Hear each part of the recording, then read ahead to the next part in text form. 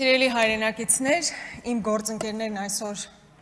խոսեցին այն մասին, որ նախագահ Քոչարյանը կալանավորված է, նրա որդին կալանավորված է, եւ այսպես մասշտաբային հերթական քաղաքական տերորն է իրականացվում, այս անգամ արդեն Հայաստան Դաշնքի առաջնորդի եւ նրա ընտանիքի անդամների նկատմամբ։ Եվ այդ ֆոնին Սասուն Միքայելյանը գալիս է ամբիոնին ելույթ է ունենում, իմիջիալից այլ պետք է հասկանալ, թե ինչպես է ելույթ ունենում այն պարագայում, երբ գրանցված չէր, սա շատ հետաքրքիր դրվագ է, սրանից հետո մենք էլ օգտվենք նման հետաքրքիր երևույթներից, բայց ինչևէ դա չի հարցը։ Պարոն Միքայելյան, դուք խոսեցիք հոկտեմբերի 27-ին, միգուցե տեղյակ չեք, բայց ասեմ, որ նախագահ Քոչարյանը այս պահին կալանավորված չէ հոկտեմբեր 27-ի իրադարձությունների համար։ Ես վստահ եմ, որ դուք դրա մասին պետք է իմանայիք, բայց եկել եք այստեղ մի ամբողջ նարատիվներ եք կառուցում մեր երկրում տեղի ունեցած ողբերգությունները նկարագրելով, այո, դա մեր պատմության ամենասև էջերից մեկն է, մեծագույն ողբերգություն է տեղի ունեցել, եւ դա հիմա, որ եկել նկարագրում եք, այդ շղթան բերում եք հասցնում որտեղ։ Դուք հասկանում եք, պարոն Միքայելյան, մի ընդհատեք, պարոն Միքայելյան, մի ընդհատեք։ 8 տարի իշխանության եղած մարդիկ նման հարցադրումներով չեն խոսում, պատասխաններով են խոսում, ոչ թե հարցադրումներով։ Դուք եկել եք ում եք ինչ հարցնում։ Պարոն Անդրանիկ Քոչարյանն էլ ինձ ընդմիջման ժամանակ ասում է, որտեղ է այն ձայնագրությունը, պարոն Քոչարյան, ասում է Աննա, որտեղ է այս ձայնագրությունը, պարոն Քոչարյան։ Իմ ազգանունը Գրիգորյան է, Վարդապետյան չի։ 8 տարի հնարավորություն ունեցել եք Վարդապետյան Աննային հարցեր տալու, պատասխան ստացել եք, որ պատասխան չեք ստացել, եկել եք ինչ հարցադրումներ եք այստեղ հնչեցնում։ Ես վստահ եմ, որ դուք պետք է կարևորեք ձեր կարգավիճակը, ձեր համապատասխան հանձնաժողովի ղեկավար լինելու հանգամանքը, բայց լավ, դա էլ երկրորդական։ Պարոն Միքայելյան, ինչպես ասացի, իսկապես մեր պատմության ամենասև էջերից մեկն է եղել։ Եվ հոկտեմբերի 27-ից հետո նախագահ Քոչարյանի առաջարկով վարչապետ է նշանակում, ես խնդրում եմ ապահովել լռությունը։ Հոկտեմբերի 27-ից հետո վարչապետ է նշանակվում նախագահ Քոչարյանի առաջարկով Արամ Սարգսյանը։ Պատահական մարդ չէր Արամ Սարգսյանը, Վազգեն Սարգսյանի եղբայրն էր։ Եվ դա ինչ նպատակ ուներ։ Քաղաքական ժեստ էր, որպեսզի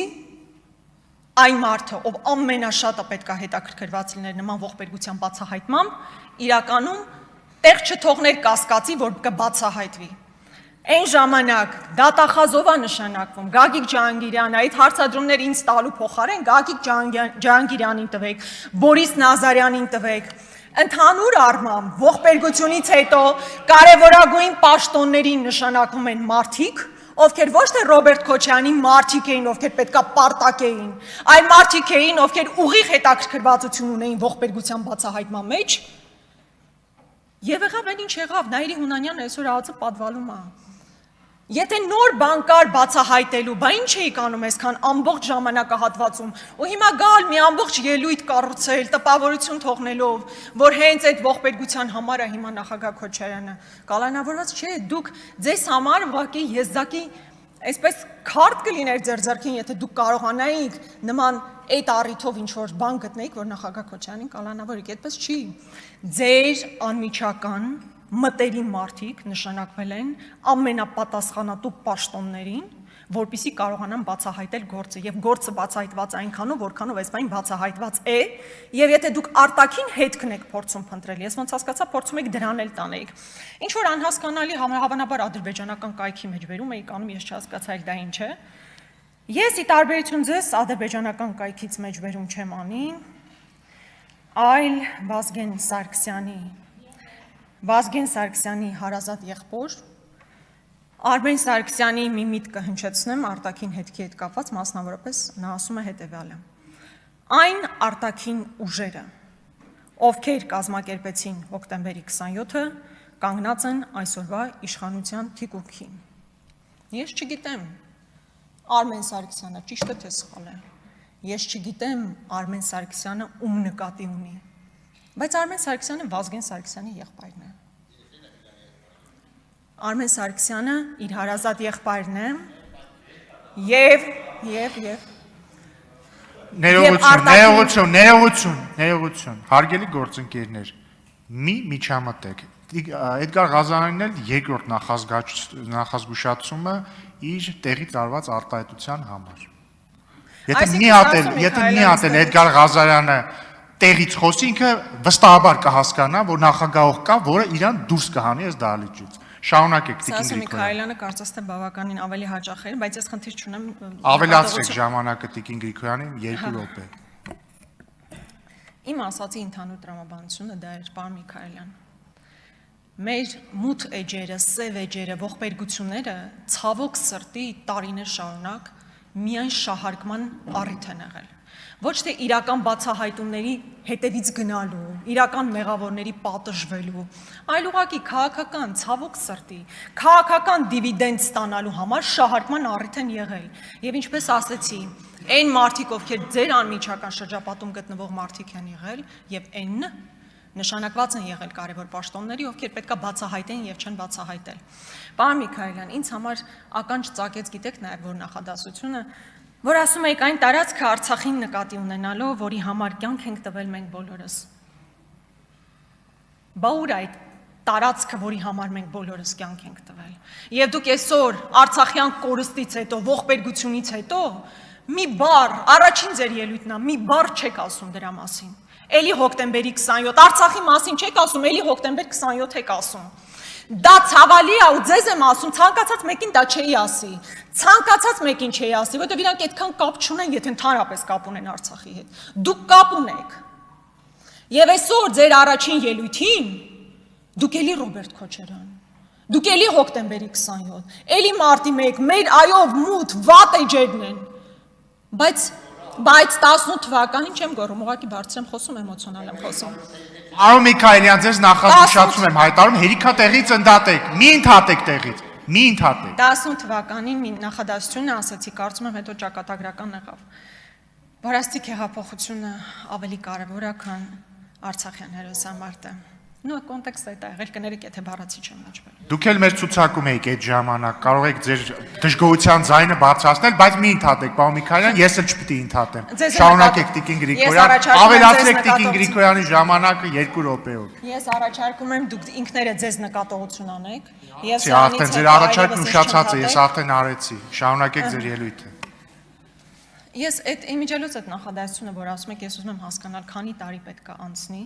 որ անդադ է 18 թվականի մեր ցուցակում է։ Հասկանում եք ինչքան էժան է դա արդեն հնչում։ Ես խոսում եմ նրա մասին, որ հայտարարություն ա եղել, որ Արցախյան հերոսամարտը ավելի կարևոր է, քան հեղափոխությունը ավելի կարևոր է, քան Արցախյան հերոսամարտը։ Դրան իբր հակաարգումենտ ասում 18 թվականի մեր ցուցակ։ Լավ, հոգնեցինք, զզվեցինք իսկականից այդ հայտարարություններից։ Բայց իսկապես ինձ համար շատ ցավալի էր պարոն Միքայելյանի այդ հայտարարությունը, որովհետև իր քաղաքական ուժի ղեկավարը ուղիղ պատասխանատու եւ ուղիղ մեղավոր է,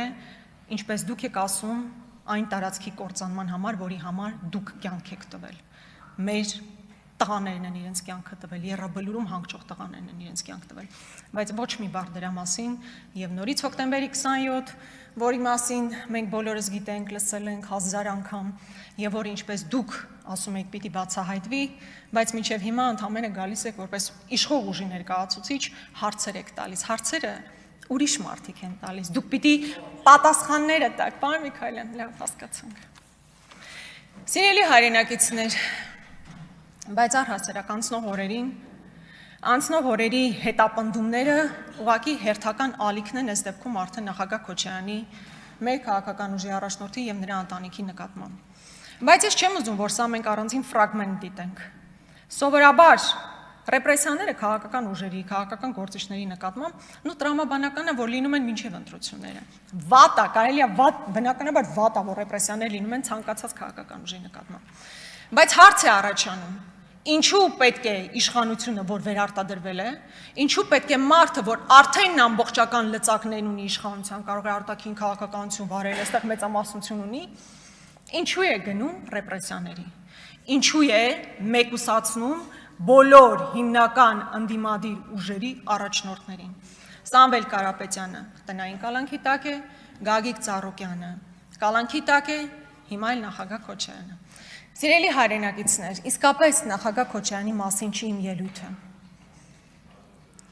Խնդիրն այն է, որ մեզ բոլորիս տանում են նոր զիջումների, նոր էական, կենսական նշանակություն ունեցող զիջումների եւ այդ ֆոնին պետքա վախի մթնոլորտ տարածել,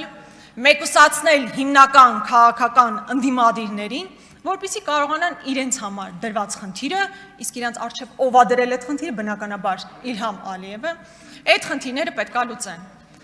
Եվ խնդիրների հիմքը մի նախադասություն էր, մի հայտարարություն էր նաև Նիկոլ Փաշինյանի, որ հնչեց նախընտրական շրջանում, իմիջիայլոց իմ առաջին հարցադրումը Ռուբեն Ռուբինյանին հենց դրա մասին էր։ Նիկոլ Փաշինյանի հայտնի հայտարարությունը, որ եթե մենք չստանանք սահմանադրական մեծամասնություն, լինելու է պատերազմ։ Սիրելի հայրենակիցներ, միայն նպատակն այն չէր, որ վախի մթնոլորտ տարածվեր, չնայած դա էական նշանակություն է ունեցել ձայների հետագա արտացոլման վրա։ Խնդիրն այն է, որ սահմանադրական մեծամասնություն ստանալու նպատակը սահմանադրության փոփոխությունն է, որը ժողովուրդը կրկնում եմ նորից ձեզ չի վստահել սահմանադրություն փոխելու։ Եվ սահմանադրական փոփոխությունները լինելու են առաջիկա ժամանակահատվածի կարևորագույն անկյունաքարային քաղաքական օրակարգը։ Կրկնում եմ, որին մենք դեմ ենք քվեարկելու, որը մենք ամեն կերպ ցույց ենք տալու, որ չպետք է ընդունենք, որովհետև Հայաստանի Հանրապետությունը ինչքան էլ խնդիրներ ունեցած լինի, երբևէ չպետք է ապրի մի սահմանադրության ներքո, որը ուղիղ Ալիևի պատվերն է եւ ոչ թե ներքին օրակարգով ձևավորված իրականություն։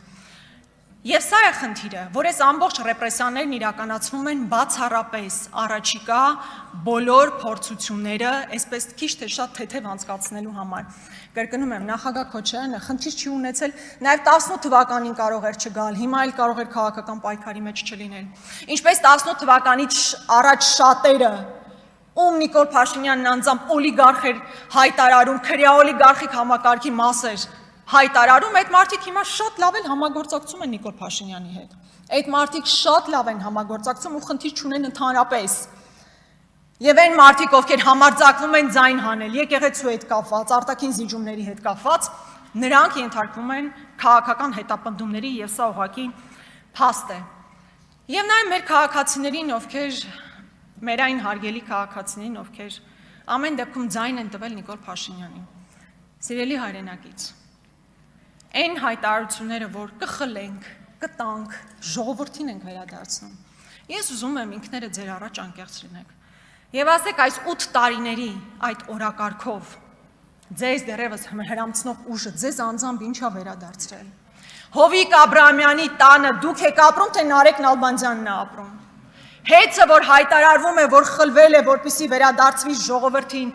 ինչ ժողովրդին է դա վերադարձվել։ Այո, Ռոմանոս Պետրոսյանը բավականին բարձր աշխատավորцով այնտեղ աշխատում է, ԿՊ-ական բոլոր այն անհատները, ովքեր նաև ինչ-որտեղ աշխատանքի խնդիր ունեն, այնտեղ տեղավորված աշխատավարձ են ստանում։ Մուլտի վելնեսը մի օրում դառնում է Երևան վելնես, այդ մի մարդը, որ աբանիմենտի համար փող էր տալիս, հիմա գնում է, այստեղ է փող տալիս, խլվել է։ Խլվել է, նշանակվում են մարդիկ այդ բոլոր բիզնեսներում, որոնք ուղիղ փոխկապակցված են ԿՊ կուսակցության հետ, եւ սա է իրականությունը։ Էլ չեմ ասում, տարիներ շարունակ խոսել եմ Անիֆի մասին 25 միլիարդը կերելու որևէ մեկը դրա համար պատասխանատվության չի։ Ավարտեք։ Քանի որ բավականին խանգարեցին։ Խանգարեցին, դրա համար 4 րոպե ավելացրել եմ, ավարտեք։ Մեծ հաշվով սա էր։ Եվ այս քաղաքական հետապնդումները իսկապես մեզ նոր զիջումների տանելու համար են, որ արվում են, բայց ինչպես մի անգամ արդեն ասել եմ, որևէ մեկ անհատի մեկուսացումը չի բերելու նրան, որ 100 հազարավոր մարդիկ իրենց դիրքորոշումը փոխեն։